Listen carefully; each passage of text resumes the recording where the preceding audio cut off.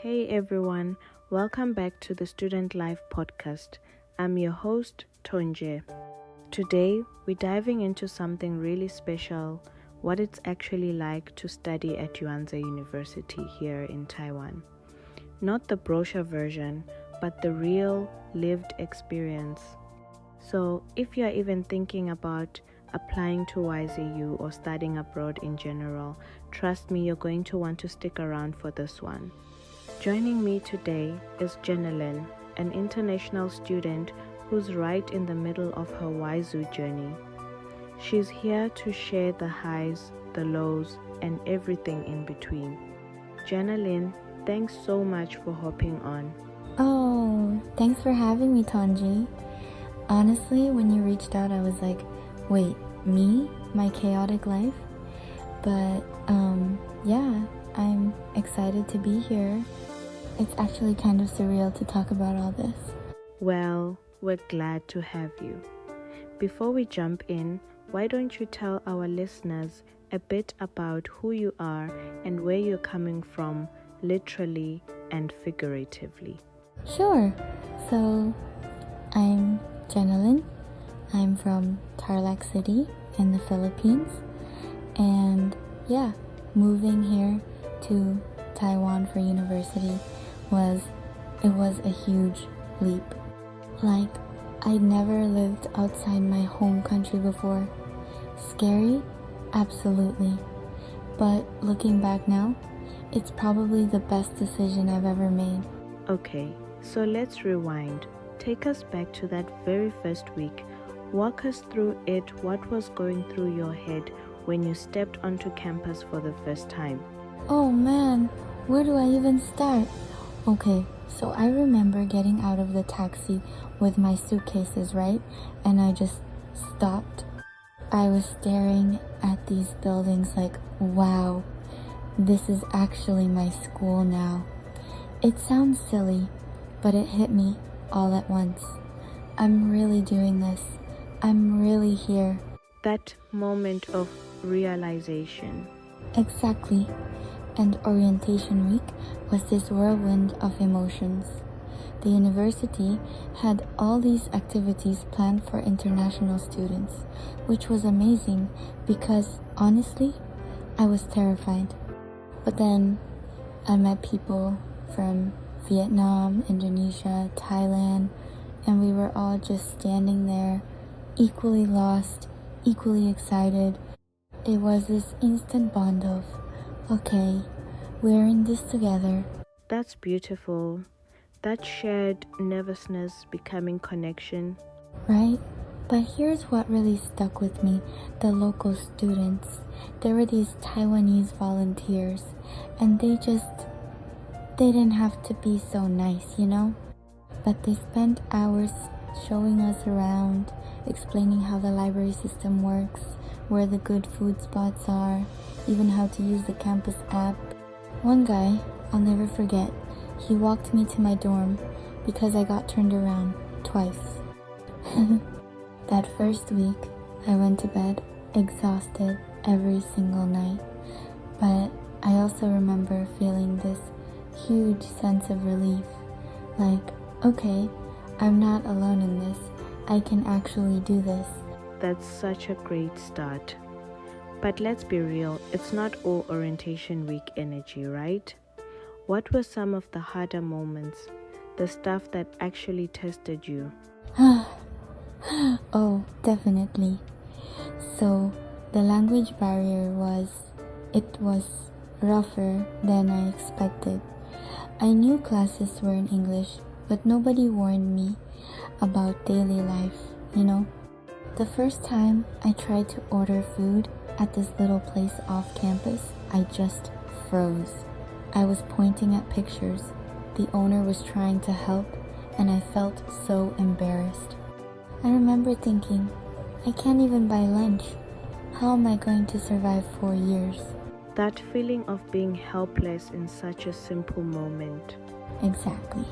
And then academically, okay, this was the shock group presentations. In the Philippines, we did presentations, but here, it's constant collaboration, discussions, speaking up in class.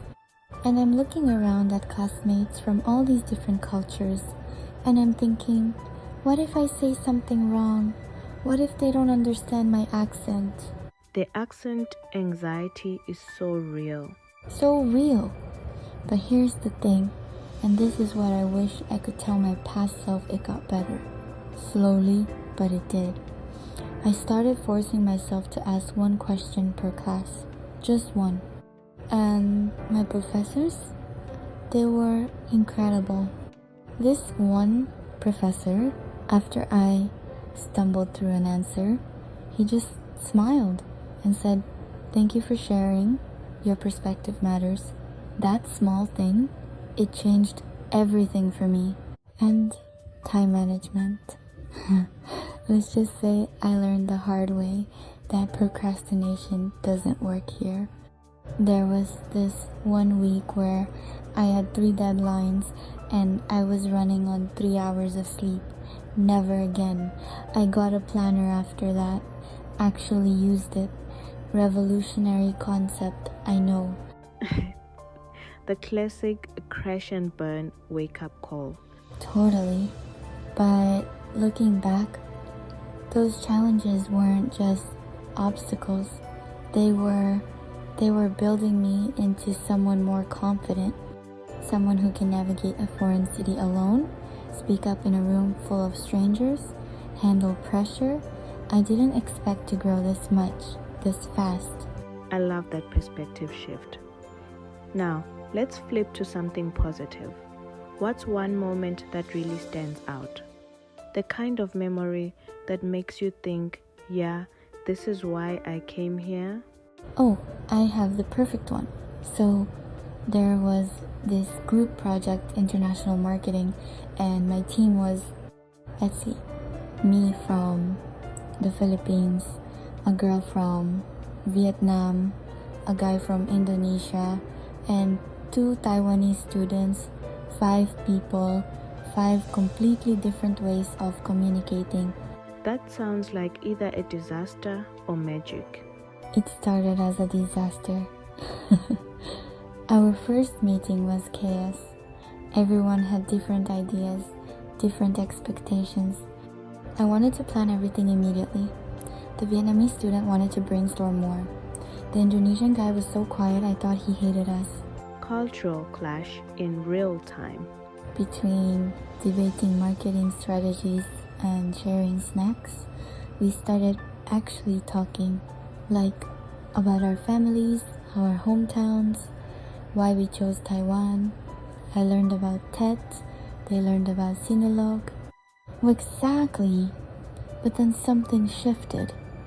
We started meeting regularly, sometimes in the library until it closed, sometimes in these little cafes near campus, and somewhere we tried each other's comfort foods. The night before our presentation, we were in the library until 8 a.m. rehearsing.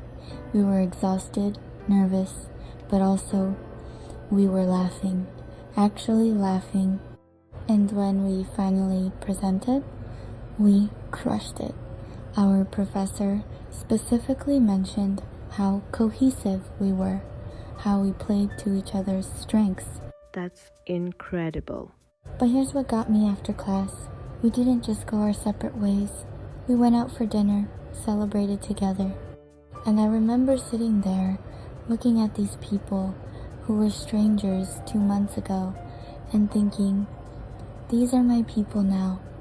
That project taught me that diversity isn't just a buzzword. It's hard work, it's compromise, but it's also this beautiful thing where you create something better than any of you could do alone. That's genuinely moving. You can hear how much that meant to you. Okay, time for some listener questions. We had a few come in. First one, what advice would you give to students who want to study at YZU? Okay. First, throw your expectations out the window. Not in a bad way, just come ready to be surprised. Say yes to things that scare you. Join that club even if you don't know anyone. Try that food even if you can't pronounce it. Learn hello and thank you in Mandarin before you arrive seriously. Even that little effort opens doors. And don't wait to feel ready to make friends. Nobody feels ready. I made my closest friends by simply saying, "Hey, can I sit with you?" in the cafeteria. That's it. That's the secret. Simple but terrifying. I love it. Oh, absolutely terrifying, but worth it. Okay, second question. What do you enjoy most about studying at YZU? This might sound cheesy, but it's the feeling that the world got bigger. I have friends now from places I couldn't point to on a map before. I understand different perspectives, not because I read about them, but because I lived with them, worked with them, argued with them about project deadlines at midnight. But also, practically, the resources here are amazing. The libraries open late, the study spaces are designed for actually getting work done, and the professors, they know your name. They remember your last paper. That matters more than I expected. So yeah, it's a combination: global community, personal attention, and the space to figure out who you're becoming. That's what I love most. Jennelyn, thank you so much for sharing all of this with us today. Your honesty, your growth, your willingness to be vulnerable about the hard parts, that's exactly what prospective students need to hear. Thank you for giving me this space to talk about it.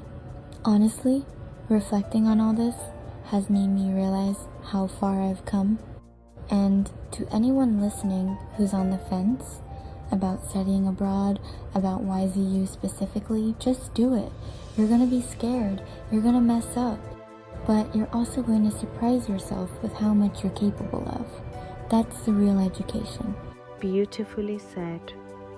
And that's a wrap for today's episode. Huge thanks to Jennelyn for joining us and to all of you for listening. If this episode resonated with you, share it with someone who needs that little push to take the leap. Until next time, keep exploring, keep growing, and we'll catch you on the next episode of the Student Life Podcast. Take care. Bye, everyone.